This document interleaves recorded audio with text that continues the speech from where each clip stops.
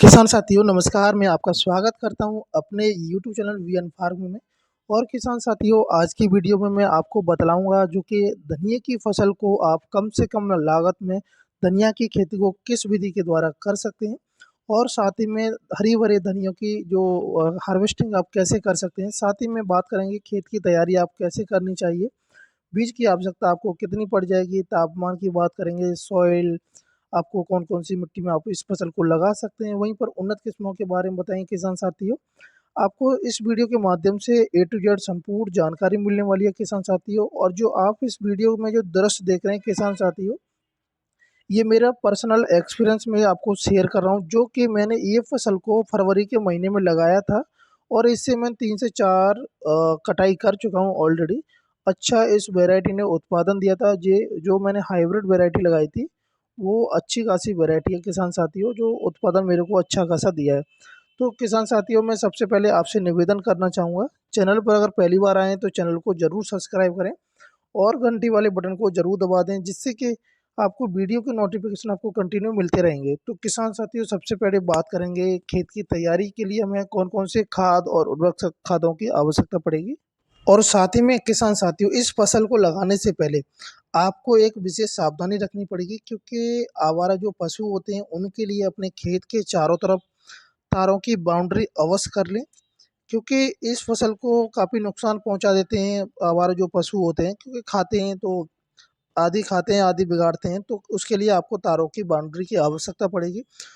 अगर आप बेड विधि के द्वारा इस फसल को लगाना चाहते हैं तो इसके लिए आपको खेत की अच्छी तरह से गहरी जुताई करा लेनी है। उसके बाद में आपको एसएसपी खाद लेना है 2 पैकेट प्रति एकड़ में। और 1 से 2 ट्रॉली आपको सड़ी हुई गोबर की खाद लेनी है और दोनों को मिक्स करके बेड के ऊपर बिछा देना है।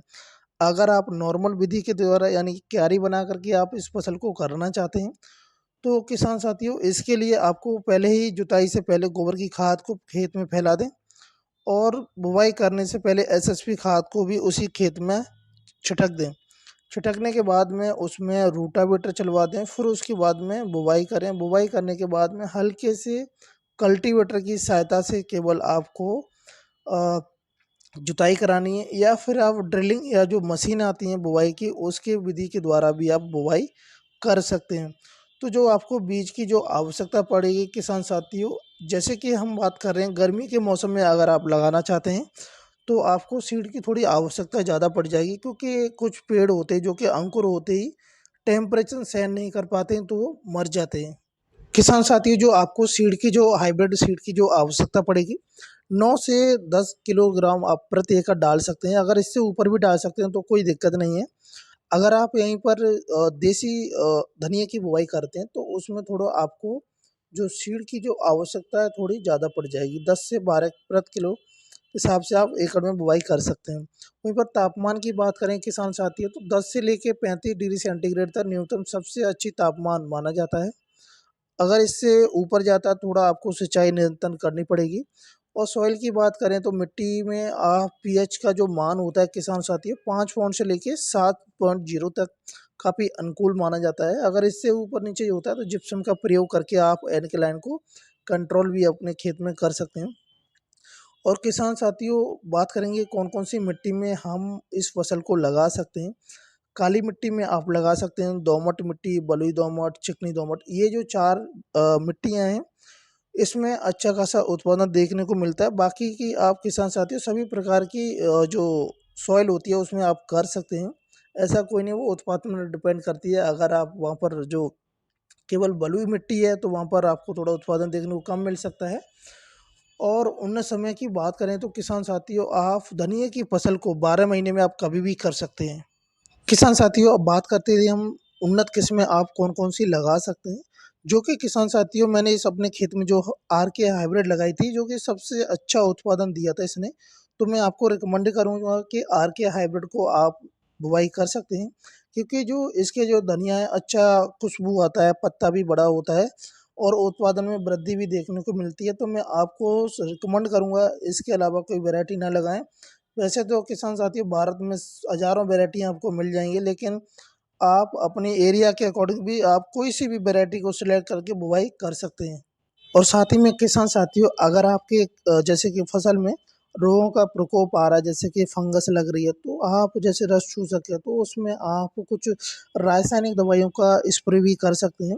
वैसे तो किसान साथियों, अगर आपके जो खेत की जो मिट्टी है, अगर उसमें उर्वरक शक्ति अच्छी खासी है तो उसमें कोई आपको रोग देखने को नहीं मिलेगा। अगर आपको रोग देखने को मिल रहा है तो उसमें आपको ह्यूमक क्लोप्रिड की यूपीएल की साफ फंगिसाइड की एक रासायनिक दवा आती है, आप उसको ले सकते हैं और उसका आप स्प्रे कर सकते हैं। किसान साथियों, आपको 15 दिन में आपको 1 से 2 बार करनी है, बाकी आपको कोई भी स्प्रे करने की ज़रूरत नहीं रहेगी।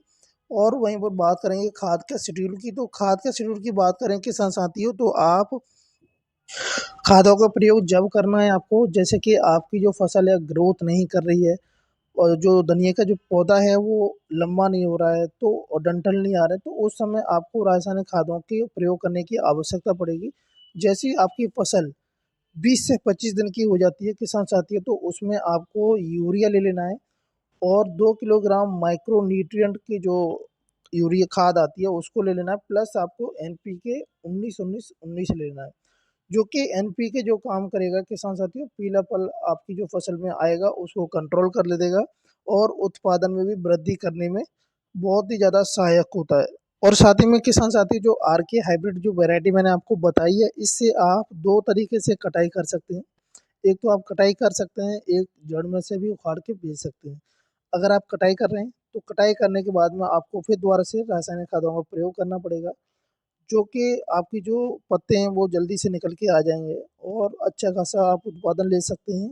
प्रति एकड़ कम से कम 35 से 40 कुंटल आप उत्पादन ले सकते हैं। तो किसान साथियों, मैं आशा करता हूँ कि आपको अगर ये वीडियो अच्छी लगी हो तो वीडियो को लाइक ज़रूर करें और शेयर करना ना भूलें, और चैनल पर पहली बार आएँ तो चैनल को सब्सक्राइब करें और घंटी वाले बटन को ज़रूर दबा दें। जय हिंद, जय भारत, जय किसान।